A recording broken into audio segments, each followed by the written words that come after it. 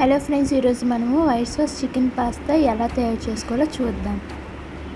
ముందుగా 2 cups పాస్తాకి 4 cups water తీసుకుని అందులో 2 స్పూన్స్ సాల్ట్, 1 స్పూన్ ఆయిల్ వేసుకుని వాటర్ బాయిల్ చేసుకోవాలి.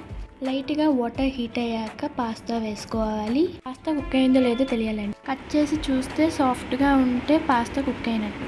తర్వాత పాస్తా తీసుకొని స్ట్రెయిన్ చేసుకొని పక్కన పెట్టుకోవాలి. నెక్స్ట్ కడాయి తీసుకోవాలి. అందులో బటర్ వేసుకొని గార్లిక్ వేసుకొని 1 ఆనియన్, 1 క్యాప్సికమ్, 1 క్యారెట్ అన్నీ మిక్స్ చేసుకొని లైట్గా కుక్ అయిన తర్వాత మనం ముందుగా కడిగి పెట్టుకున్న చికెన్ని వేసుకొని మగ్గించుకున్న తర్వాత చికెన్ని చిన్న చిన్న పీసులుగా కట్ చేసుకొని మగ్గనివ్వాలి. చికెన్ బాగా ఉడికిన తర్వాత 1 స్పూన్ పెప్పర్ వేసుకొని కుక్ అయిన తర్వాత పక్కన పెట్టుకోవాలి. నెక్స్ట్ కడాయి తీసుకొని అందులో 4 స్పూన్స్ బటర్కి 4 స్పూన్స్ మైదా పిండి వేసుకొని ఉండలు లేకుండా కలుపుకోవాలి. నేను పాస్తాని 6 మెంబర్స్కి చేశానండి. మీరు మీకు సరిపడత చేసుకోవచ్చు.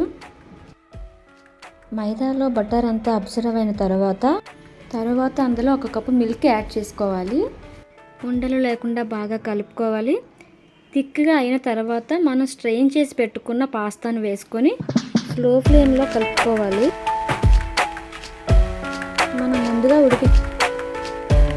ముందుగా ఉడికించిన వెజ్జెస్ వేసి బాగా కలుపుకొని అందులో chilli flakes, 1 spoon pepper, herbs వేసుకొని బాగా మిక్స్ చేసి దానిలో చీజ్ యాడ్ చేసుకొని సర్వ్ చేసుకోవడమే. Yummy tasty pasta ready.